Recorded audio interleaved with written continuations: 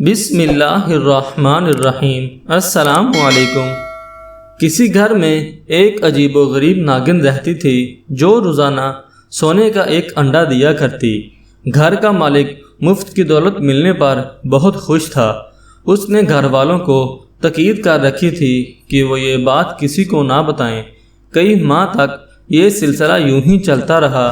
ایک دن ناگن نے ان کی بکری کو ڈس لیا اور دیکھتے ہی دیکھتے بکری مر گئی۔ گھر والوں کو بڑا غصہ آیا اور وہ ناگن کو ڈھونڈنے لگے تاکہ اسے مار سکیں، مگر اس شخص نے یہ کہہ کر انہیں ٹھنڈا کر دیا کہ ہمیں ناگن سے ملنے والا سونے کا انڈا بکری کی قیمت سے کہیں زیادہ مہنگا ہے، لہٰذا پریشان ہونے کی ضرورت نہیں۔ کچھ عرصہ بعد ناگن نے ان کے پالتو گدھے کو ڈس لیا اور وہ بھی فوراً مر گیا۔ وہ لالچی شخص گھبرایا مگر تھوڑی ہی دیر میں دوبارہ لالچ کے نشے میں آ گیا اور کہنے لگا، اس نے آج ہمارا دوسرا جانور مار ڈالا، خیر کوئی بات نہیں، اس نے کسی انسان کو تو نقصان نہیں پہنچایا۔ گھر والے چپ ہو رہے۔ اس کے بعد 2 سال تک ناگن نے کسی کو نہ ڈسا۔ گھر والے اپنے جانوروں کو بھول گئے۔ اچانک ایک دن پھر ناگن نے ان کے غلام کو ڈس لیا۔ اس بیچارے نے مدد کے لیے اپنے مالک کو پکارا، مگر اس سے پہلے کہ مالک اس تک پہنچتا زہر کی وجہ سے غلام مر گیا۔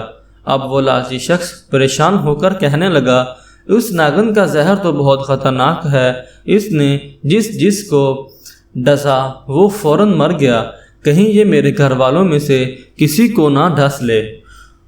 وہ کئی دن اسی پریشانی میں رہا، مگر سونے کے انڈے کی چمک دمک نے ایک بار پھر اس کی آنکھوں پر پٹی باندھ دی اور یہ سوچ کر خاموش ہو گیا کہ اگرچہ ناگن کی وجہ سے ہمیں نقصان ہو رہا ہے، مگر سونے کے انڈے بھی تو مل رہے ہیں۔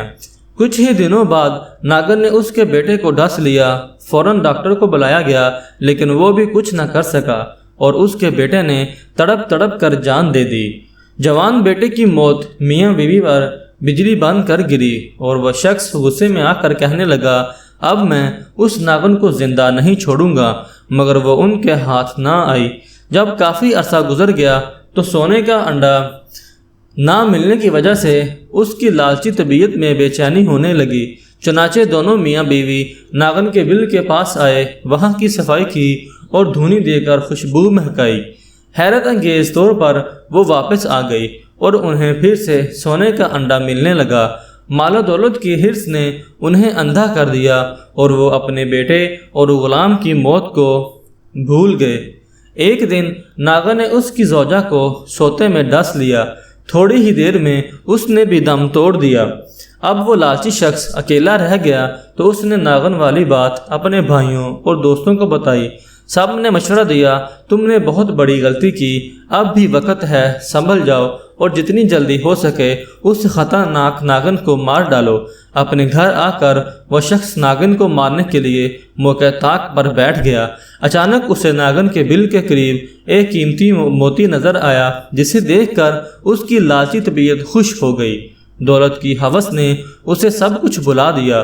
وہ اپنے آپ سے کہنے لگا، وقت طبیعتوں کو بدل دیتا ہے، ہو سکتا ہے اس ناگن کی طبیعت بھی بدل گئی ہوگی کہ جس طرح یہ سونے کے انڈوں کی بجائے اب موتی دینے لگی ہے، اسی طرح اس کا زہر بھی ختم ہو گیا ہو، چنانچہ اب مجھے اس سے کوئی خطرہ نہیں۔ یہ سوچ کر اس نے ناگن کو مارنے کا ارادہ ختم کر دیا۔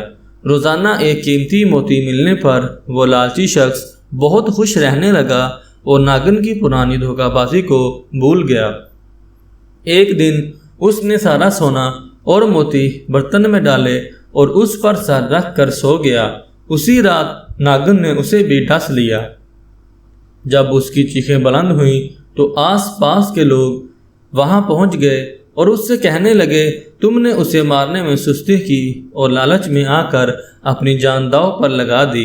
لالچی شخص شرم کے مارے کچھ نہ بول سکا۔ اس نے سونے سے بھرا ہوا برتن اپنے رشتہ داروں اور دوستوں کو دیتے ہوئے نہایت حسرت کے ساتھ کہا، آج کے دن میرے نزدیک اس مال کی کوئی قیمت نہیں، کیونکہ اب یہ دوسروں کا ہو جائے گا اور میں خالی ہاتھ اس دنیا سے چلا جاؤں گا۔ اور پھر کچھ ہی دیر میں وہ بھی مر گیا۔